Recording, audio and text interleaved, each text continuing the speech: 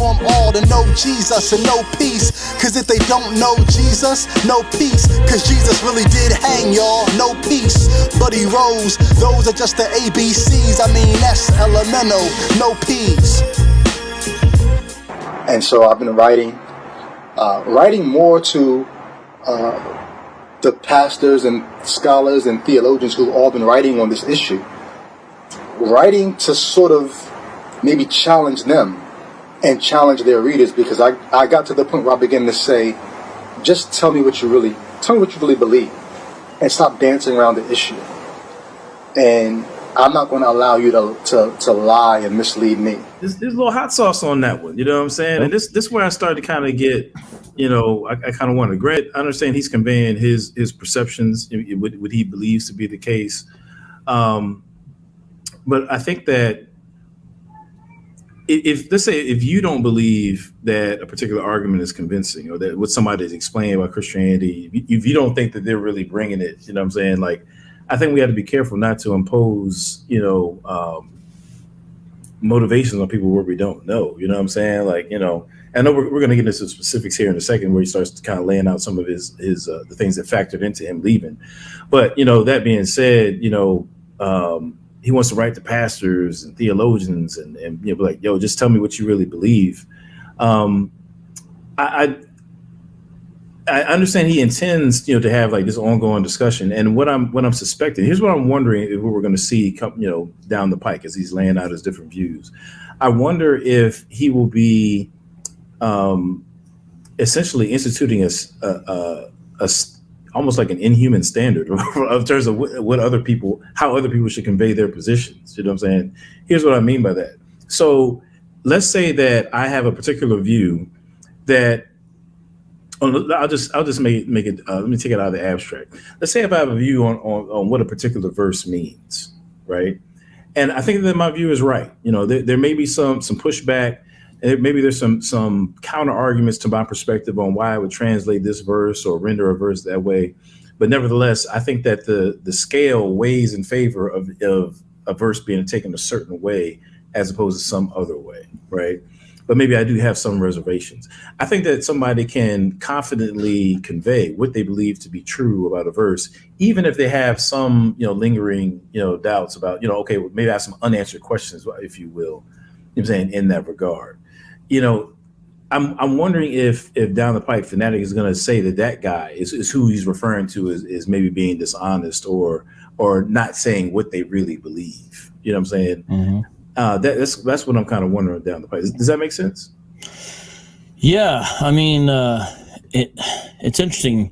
He's like saying, my audience that I'm aiming at here are the sort of intellectual thought leaders or something of evangelicalism. Right. Kind of more scholarly pastors and professors and academics and whatnot. Because he says like the people who've been writing on these issues. And it's like he seems to be saying, hey, I know you guys actually underneath are similar to me with doubts and disbelief, but why aren't you saying it? And he also said, and they're readers. So it's like people who are already trafficking these ideas where he views underneath all is doubt and disbelief. Now, the thing is, on one hand, I want to say, you mentioned this, don't buy into this fact that he kind of makes it like there's a conspiracy where no one believes. But at the same time, I do think there's the deadly seeds of doubt in a lot of what Christians might say, and perhaps especially what the intellectuals amongst us might write. I do think sometimes there's seeds of doubt or non-theistic presuppositions that they adopt because that's what you have to adopt a lot of times to write for an academic audience. And then they proceed from there. Sometimes what's called methodological naturalism, for example. I got you. And they proceed from there. And then if someone's saying, well, what's the underlying presupposition here? You kind of see what's going on. So at the same time, even though I'm kind of chastising Brady to an extent because he makes it sound like there's a conspiracy theory, as you mentioned, it's not as if, from my perspective, Adam, I'm saying, you might have it's not as if he's completely chasing ghosts. And I went to seminary. I'm a big advocate of seminary, but I do think this is especially true when you go higher up amongst sort of evangelical or evangelical-like elite, because, and I don't know if this is the only reason, but there becomes a desire and importance to write for and impress your peers, especially. And that can be a dangerous game because you end up having to abide by their standards. And sometimes I've seen academics who start out kind of like, well, this is what I believe, but to play ball in secular academia as a Christian, here's what I have to adopt or proceed, or here's what I can't say, right? Yeah. But a lot of times you end up actually adopting the presuppositions. And I don't know if it's by osmosis. I don't know how but I do think there are that pattern does exist to a certain extent. And I think you can see models in the academy. And if you read between the lines of some high level intellectual writing, you can see that. And I think he's been exposed to some of that. And it's almost like, hey, you guys are kind of, you guys should join me over here because I perceive you already being there. I think he's doing too much with reading people's intentions and beliefs because everyone doesn't hold things together epistemologically. Like they might have a different system. They may not be coherent, maybe whatever. But I think he's doing a little too much. But we'll see when his book comes out. Sorry, I know I went along on that. Go ahead, brother. No, it's cool. I mean, because actually, I think it's very interesting what you said. So I think that it is the case, that the higher you go up in academia, the more unfashionable it can be to hold to certain views that we might consider to be traditional or just kind of like basic Christianity. Sometimes they'll use a polite slur for that kind of writing. They'll say, "Oh, you're a confessional New Testament historian. You're writing confessionally." Right. And they're saying like you have these pre-held dogma that are so you can't really do good work. Because your pre-held dogma is going to drive you to a conclusion. Well, so let's go there for a second. So, and this kind of, again, on a human level, right? Let's say that you're you say you're an up and coming scholar, and you want to be respected among your peers. Perhaps you want to be, tenured and teach somewhere, and have your work published and have it valued and stuff like that. I could see how if you're that guy. I can see how there would be this great temptation and a real struggle, an internal struggle maybe to maintain some fidelity to beliefs that your peers, your academic peers are going to look at you with disdain. Just on a human level, we can see that. And I do think that it's the case that under that pressure, I could imagine, how people could want to steer away from that in their writings and so on and so forth. So and to your point, I don't think that he's... Or go. No, to your point, I don't think that he's chasing ghosts. I mean, I do think that to some extent you do have probably some examples of people who are like that, you know what I'm saying, who maybe don't want to, own up to whatever their own views are in light of the condescension they might get from their peers. So maybe they do, tuck in their fundamentalism, if you will, if you want to even call it that. I may find a better word. But you see where I'm coming from? Or their confessional beliefs. Confessional beliefs, right.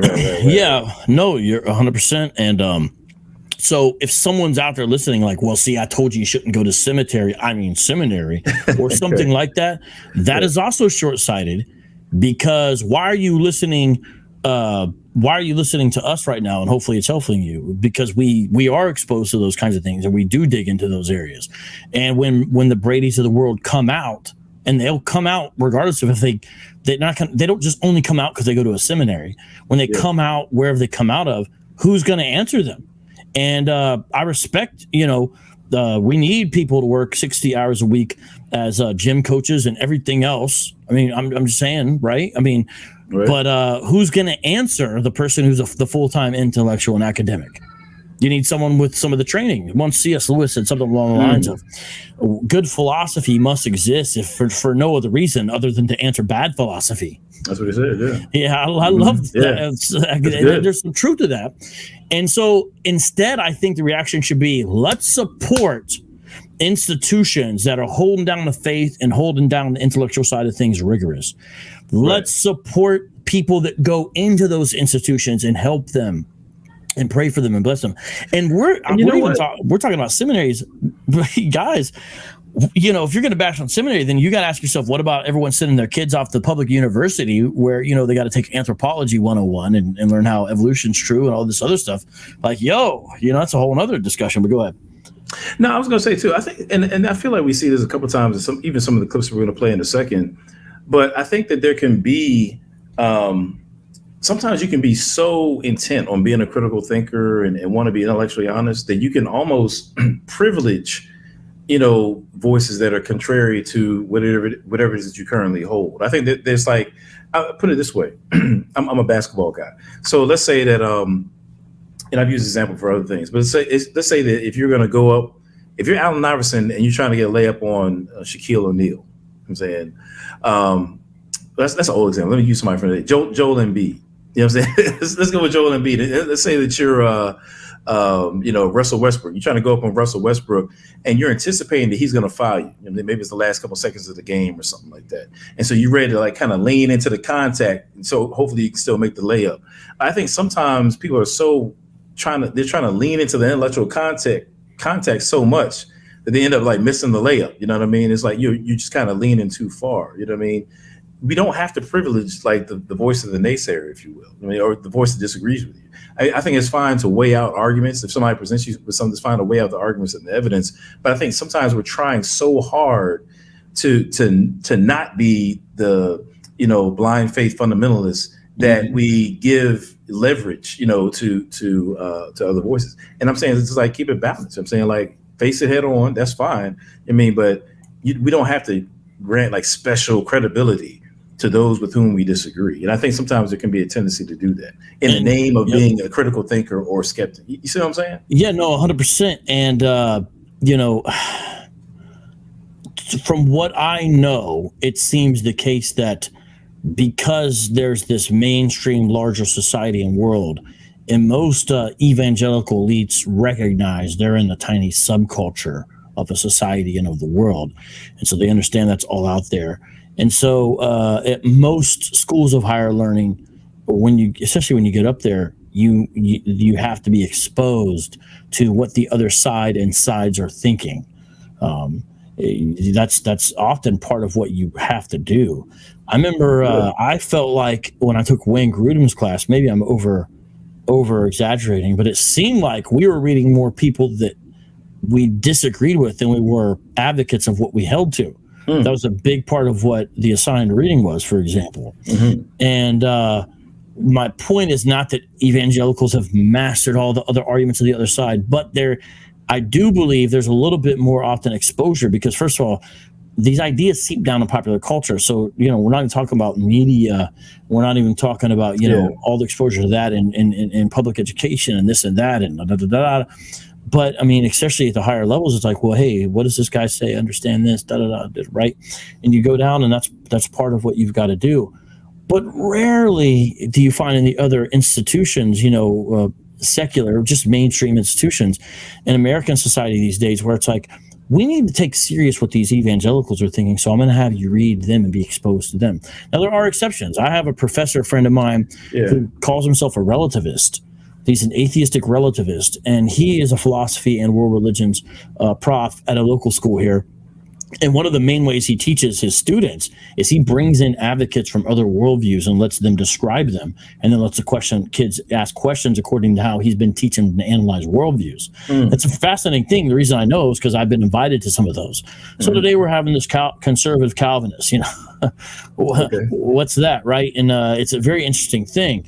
And but I think there's an exception to that. Now he does it in a very personal way because he's not assigning large bodies of reading. This is at a undergrad level that I'm talking about.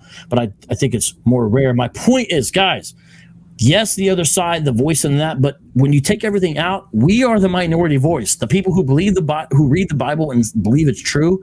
If you've been brought up in that environment or that's what you're exposed to, you think it's like that's what everyone says, and the contrarian voice is like the distant echo. It's the opposite way in the larger scheme of things. We're this tiny little voice amongst this Right. broad culture and broader world. And I get hearing the other voices, but I'm like, yo, let's make sure we get our stuff settled first. Let's make sure we take care. Let's make sure we hear our voice first, like our answers, our reasoning, all that kind of stuff. Why not? And don't presume that our answers are somehow intellectually deficient just because it's our answers. You know, it's okay to weigh those out just like you would any other. But let me get to the next clip. Calvary, the cure for sin's allergy. Hard to swallow like 444 calories. That's why we break it down into bite-sized pieces. Shout out to Phanatik, Ambassador, Thesis, True Life, Cruz Cadero, Enoch, Earthquake, dudes I moved across to the streets with. We couldn't keep it a secret, so we leaked it. Before the internet, indirect speeches. Had them fiending for the blood like leeches, knowing the cross is how God was gonna reach his.